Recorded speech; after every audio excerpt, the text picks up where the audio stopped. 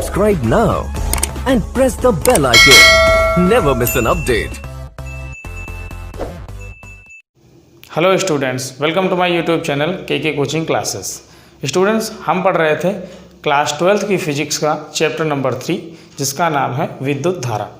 और आज का जो हमारा टॉपिक है वो है किरचॉफ के नियम, किरचॉफ लॉ। ये बोर्ड एग्ज़ाम के हिसाब से सबसे इम्पोर्टेंट टॉपिक हो जाता है इस चैप्टर से। इसके बाद हम पढ़ेंगे व्हीटस्टोन सेतु। तो आज का जो हमारा टॉपिक है वो है किरचॉफ के नियम। ये विद्युत धारा चैप्टर से एक थोड़ा सा टफ मान लिया जाता है, समझ में कम आता है, तो ध्यान से समझेंगे। मैं पूरी कोशिश करूँगा कि आपको समझा सकूँ। वीडियो पसंद आए तो इसे लाइक करिएगा और चैनल को सब्सक्राइब करिएगा, शेयर ज़रूर कर दीजिएगा अपने दोस्तों के पास। तो चलिए हम पढ़ते हैं किरचॉफ के नियम। किरचॉफ के कितने नियम हैं? तो किरचॉफ देखो एक वैज्ञानिक थे जिन्होंने धाराओं से संबंधित कुछ नियम दिए थे। उसमें से सबसे पहला आपका आ जाता है प्रथम नियम, और प्रथम नियम को धारा का नियम या संधि का नियम भी कहा जाता है। अब बात करते हैं कि ये नियम है क्या। थ्योरी आपकी लिखी हुई है, आप इसे लिख सकते हैं। देखो, किरचॉफ ने प्रथम नियम ने बताया कि किसी भी संधि पर, जैसे कि आपके घर में बहुत सारी धाराएं एक संधि पर आती हैं, इधर से एक लाइट आ जाती है, एक लाइन इधर से आ रही है, एक लाइन इधर से आ रही है, ठीक है। जो आ रही है इसे मैं बोलता हूँ I1, इसको मैं बोलता हूँ I2 और इसको मैंने बोल दिया I3। और ये दो धाराएं मान लेते हैं कि हमारी क्या हो रही हैं, जा रही हैं। इसका मैं नाम दे देता हूँ I4 और इसका मैं नाम देता हूँ I5। तो ये जो जहाँ पर धाराएं आ करके मिलती हैं इस जगह को बोला जाता है संधि, ठीक है। इसी जगह को क्या बोलते हैं, संधि बोलते हैं। तो किरचॉफ ने क्या कहा था कि किसी भी संधि पर, प्रथम नियम में कहा कि किसी भी संधि पर जो धाराएं हैं मिलने वाली, उन समस्त धाराओं का जो बीजगणितीय योग होता है वो शून्य के बराबर होता है। अर्थात सिग्मा का मतलब होता है जोड़, sigma I is equal to 0। अब इसे अगर हम डिटेल में लिखना चाहें तो इसके हिसाब से हमारे पास क्या हो जाएगा, इसके हिसाब से हमारे पास हो जाता है आने वाली धाराओं को हम प्लस में लिखते हैं और जाने वाली धाराओं को हमेशा माइनस में लिखते हैं। तो चलो हम इसमें किरचॉफ का फर्स्ट लॉ अप्लाई करते हैं। तो जब हम किरचॉफ का फर्स्ट लॉ इसमें अप्लाई करेंगे तो हमारे पास क्या मिलेगा, I1 आने वाली धारा है, इसको हम प्लस में लिखेंगे, ठीक है। I2 आने वाली धारा है, इसे हम प्लस में लिखेंगे, और I3 भी हमारी आने वाली धारा है, इसे भी हम प्लस में लिखेंगे। ये बात ध्यान देना कि आने वाली धाराओं को प्लस में लिखते हैं और जाने वाली धाराओं को माइनस में लिखते हैं, ठीक है। ये संधि हो गई, इस पर 3 धाराएं आ रही हैं और यहाँ से 2 धाराएं जा रही हैं। किरचॉफ ने कहा था कि किसी भी संधि पर मिलने वाली समस्त धाराओं का बीजगणितीय योग शून्य होता है, ठीक है। तो हम किरचॉफ का फर्स्ट लॉ इसमें अप्लाई करेंगे तो आ जाएगा I1 + I2 + I3, और ये जो जा रही है इसको किस में लेंगे, माइनस में I4, और ये भी तो जा रही है तो इसे भी किस में लेंगे, माइनस में I5। इन सब के बराबर क्या हो जाएगा, 0 हो जाएगा। अब यहाँ से एक चीज़ ध्यान दो कि ये इधर माइनस में है, इधर ये भी माइनस में, इसको अगर उधर भेजेंगे तो किस में हो जाएगी, प्लस में हो जाएगी। तो हम कह सकते हैं कि I1 + I2 + I3 बराबर क्या हो जाएगा, I4 + I5। मतलब आने, ये कौन सी धारा हैं, ये हैं आने वाली, ठीक है, और ये कौन सी धाराएं हैं, जाने वाली।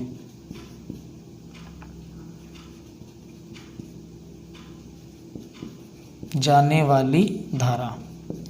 तो हम यहाँ से एक चीज़ कह सकते हैं कि किरचॉफ के जो हमारा संधि का नियम है, ठीक है, किरचॉफ के फर्स्ट नियम के अनुसार कि किसी भी बिंदु पर आने वाली धारा और जाने वाली धारा का मान क्या होता है, बराबर होता है, ठीक है। आने वाली धारा का बीजगणितीय योग बराबर होता है किसके, जाने वाली धारा के बीजगणितीय योग के, ठीक है।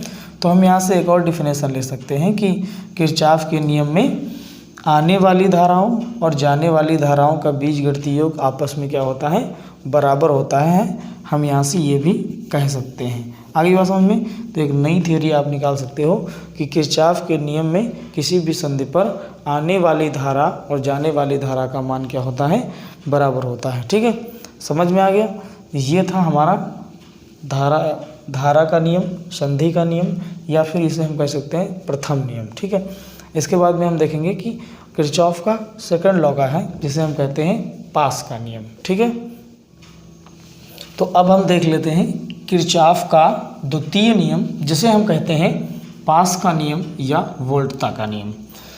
इस नियम की थियरी आपकी बोर्ड पर लिखी हुई है, आप नोट कर सकते हैं। ये नियम कहता है कि किसी भी बंद पास, तो आपको देखो सबसे पहले बंद पास जानना होगा। मान लेते हैं कि आपके पास ये एक ऐसे डिब्बा बना हुआ है, ठीक है। आप सबसे पहले इस तरीके से एक बॉक्स बनाएंगे,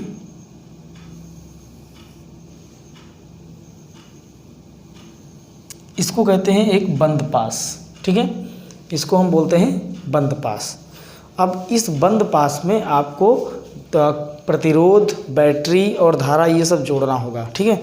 तो इसके लिए हम क्या बनाएंगे, बंद पास हमने जान लिया है। अब हम अच्छे से इसको बनाते हैं। देखो आपको करना क्या है, कैसे इसको हम बनाएंगे ये जानना बहुत ज़रूरी होता है।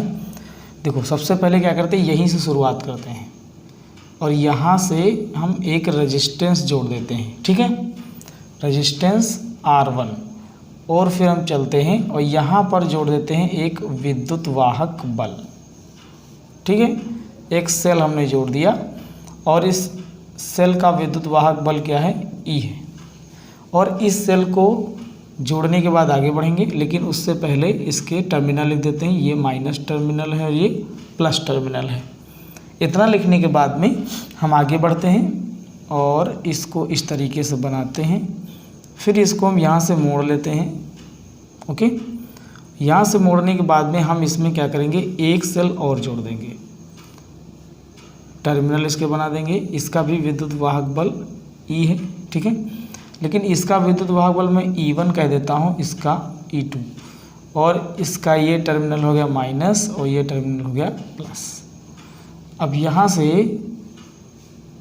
एक रेजिस्टेंस यहाँ भी जोड़ देते हैं, इन दोनों को ऐसे मिला देते हैं। फिर इस चीज़ को हम नीचे ले जाते हैं और नीचे जाने के बाद में हम यहाँ पर सिर्फ एक रेजिस्टेंस जोड़ेंगे और इसको यहाँ से मिला देंगे। इसका हम नाम दे देते हैं A, इसका नाम B, इसका नाम C, इसका नाम दे देते हैं D। तो हमारे पास ये रेजिस्टेंस R1 है और ये रेजिस्टेंस R2 है, ये रेजिस्टेंस R3 है। ये हमारे पास एक सेल जुड़ा हुआ है जिसका EMF E1 है और ये हमारे पास दूसरा सेल है जिसका इलेक्ट्रोमोटिव फोर्स E2 है, ठीक है। आगे देखते हैं कि जब हम सेल E1 को शुरू करेंगे तो यहाँ से धारा बहेगी I1, और जब हम सेल E2 को शुरू करेंगे तो यहाँ से धारा निकलेगी I2। ये दोनों धाराएं इस संधि पर आकर मिल जाएंगी और यहाँ इस तार में धारा प्रवाहित होगी I1 प्लस I2, जो कि इस रेजिस्टेंस में भी बहेगी I1 प्लस I2। आगे बात समझ में, ये I1 प्लस I2 यहाँ तक आएगी और यहाँ से फिर दो धाराओं में बट जाएगी, I2 इधर चली जाती है और I1 इधर चली जाती है। तो उस हिसाब से जो R1 है उसमें I1 धारा प्रवाहित होगी और जो R2 है उसमें I2 धारा प्रवाहित होगी। इसके लिए हमें बस दो नियम याद रखने हैं कि जो हम धारा की दिशा में चलेंगे तो प्लस लेंगे और धारा की विपरीत दिशा में चलेंगे तो माइनस लेंगे। जाते समय अगर हमें माइनस मिलता है तो माइनस लिखेंगे और अगर प्लस मिलता है तो प्लस लिखेंगे विद्युत वाहक बल में। शुरू करते हैं यहाँ से, तो कैसे होगा, देखो हम लिखेंगे सबसे पहले बंद पास, इधर कर लेते हैं, बंद पास ABCD के लिए, किसके लिए, बंद पास ABCD के लिए। दो पास हैं इसमें, तो बंद पास ABCD में किरचॉफ का सेकंड लॉ लगाएंगे। तो बंद पास ABCD के लिए क्या होगा, प्रतिरोधों और धाराओं का गुणनफल। तो पहले इस प्रतिरोध इस धारा का गुणनफल निकाल लें, तो I1 गुणे I2, I1 R2, ठीक है, I1 R2, सॉरी R2 नहीं R1 है, I1 गुणे R1, ठीक है, गुणा ही बीच में गुणे का निशान छिपा है, हो गया गुणनफल। आगे चलते हैं तो हमें क्या मिलता है, देखो ध्यान से, माइनस का E1, तो हम माइनस का E1 लिख लेंगे। फिर चले चले नीचे नहीं जाना हमको इसी पास में रहना है, ठीक है, घूम के आएंगे तो हमको प्लस का E2 मिला, तो हम लिखेंगे प्लस का E2।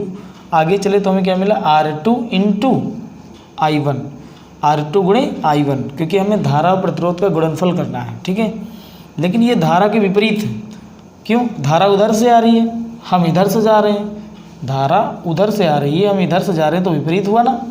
और जब विपरीत होगा तो चीज़ें माइनस में लिखेंगे, तो यहाँ से माइनस का I2 R2 बराबर 0।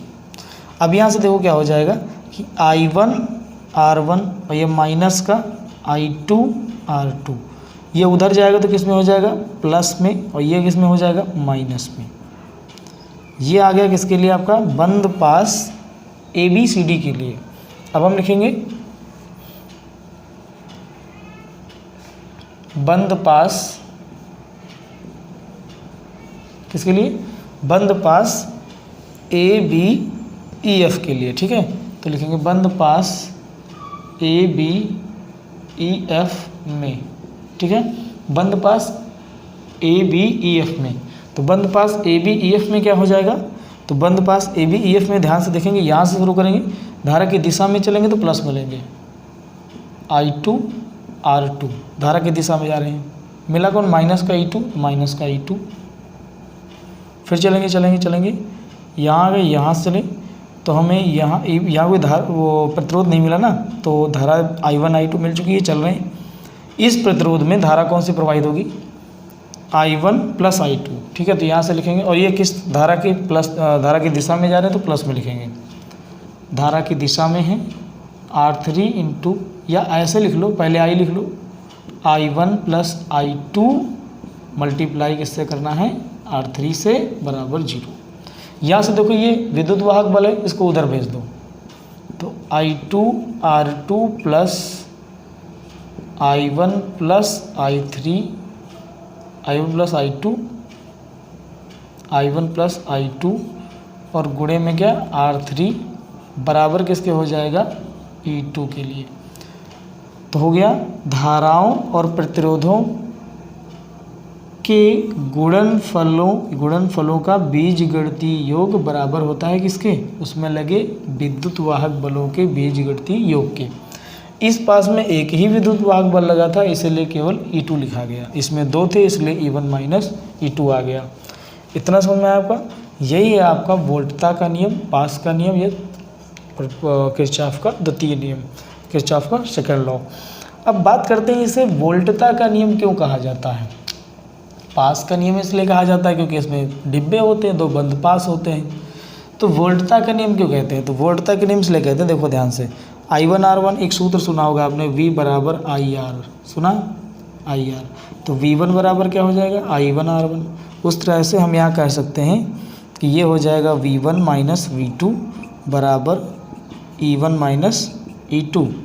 तो इसलिए से वोल्टता का नियम कहा जाता है, क्योंकि इसका एक और परिभाषा निकल सकता है कि किसी भी बंद पास में लगे हुए विद्युत वाहक बलों का बीजगणितीय योग उसमें उत्पन्न विभवों के बीजगणितीय योग के बराबर होता है, किसके, विभव के बीजगणितीय योग के बराबर होता है। यहाँ पर भी हम कह सकते हैं V2 प्लस V3 बराबर E2, यहाँ पर भी कह सकते हैं, ठीक है। तो इस तरीके से इसे वोल्टता का नियम भी कहा जाता है। तो आपने यहाँ सीखा किरचॉफ का सेकंड लॉ, ठीक है, जिसे हम पास का नियम कहते हैं, और आपने किरचॉफ का फर्स्ट लॉ सीखा। अब नेक्स्ट पार्ट में हम पढ़ेंगे व्हीटस्टोन ब्रिज। तब तक के लिए नमस्कार। वीडियो पसंद आया हो तो इसे लाइक करिएगा और शेयर ज़रूर करिएगा।